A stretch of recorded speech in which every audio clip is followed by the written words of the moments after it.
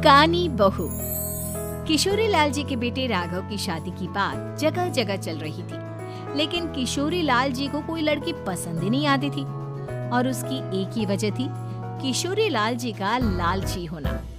उनको लड़की वालों से मोटा दहेज चाहिए था और इसी चक्कर में एक दिन वो एक बहुत पैसे वाले के घर अपने बेटे का रिश्ता लेकर पहुंचे। उस आदमी का नाम था ओम प्रकाश।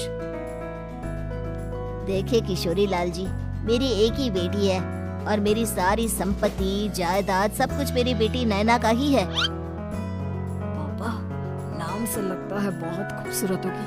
कितना अच्छा नाम है ना, नैना। हाँ, वैसे बात तो सही है आपकी।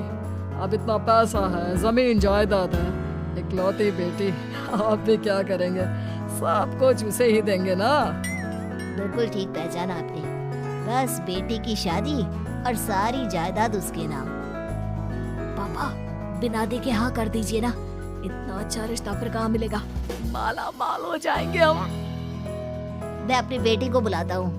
अरे नहीं नहीं नहीं नहीं, आपकी बेटी का नाम नैना है, सुनकर ही लगता है बहुत सुंदर होगी। रहने दीजिए अंकल, मैं तो आपकी बेटी के नाम से ही इतना खुश हो गया हूँ कि उसे बिना देखे शादी करने को तैयार हूँ। अब तो मैं उसका चेहरा सीधे शादी के बाद ही देखूंगा। और इस तरह राघव नैना का चेहरा नहीं देखता और उससे शादी कर लेता है। शादी के बाद अपनी सुहाग रात पर जब राघव नैना का घूंघट उठाकर देखता है तो नैना की आंखें बंद थी। कितनी खूबसूरत हो तुम नैना, जरा अपनी आंखें खोलकर मेरी तरफ देखो तो सही। नहीं, मुझे शर्म आती है। अरे, मैंने तुम्हें शादी से पहले भी नहीं देखा और अब अगर तुम आंखें खोलकर मुझे देखोगे भी नहीं तो मुझे अच्छा कैसे लगेगा?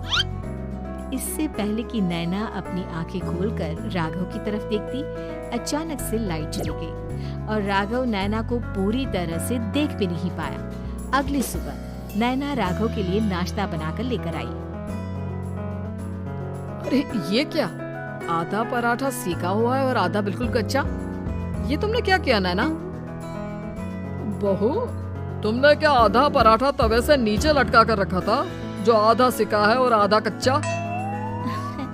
मुझे जितना दिखेगा उतना ही तो सीखूंगी ना पापा जी। जहाँ जहाँ मुझे नजर आ रहा था वहाँ मैंने सीख लिया, जहाँ जहाँ नहीं दिखा वहाँ कच्चा रह गया होगा। इसका क्या मतलब है? ये कैसा मजाक कर रही है तुम? अरे बहू, तुमने इतना लंबा घूंघट क्यों लगाया हुआ है?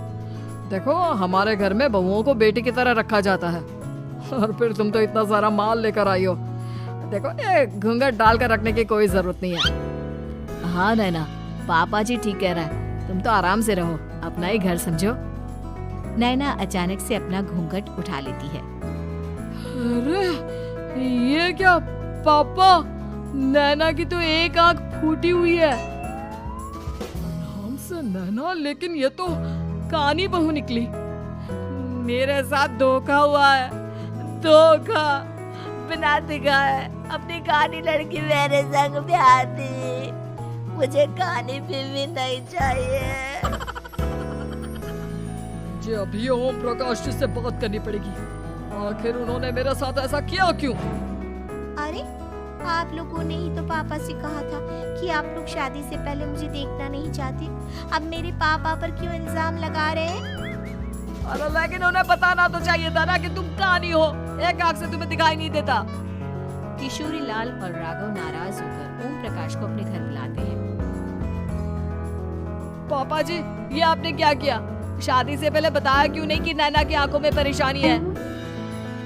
अरे, आप ही ने तो लड़की देखने से मना कर दिया था। और लेकिन आप बता तो सकते थे। आपको तो हमारी बेटी की प्रॉपर्टी चाहिए थी, वो भी पूरी की पूरी। अब क्या हुआ अगर उसे आधा दिखाई देता है? प्रॉपर्टी तो आपको पूरी मिल गई ना। अरे ये क्या बात हुई? मेरी शादी प्रॉपर्टी से नहीं, आपकी बेटी से हुई है। अब ये तो पहले सोचना चाहिए था, तब तो मेरी प्रॉपर्टी देखकर तुम्हारी जुबान लप लपा रही थी। लेकिन मैं कानी लड़की को अपनी बीवी बनाकर नहीं रख सकता।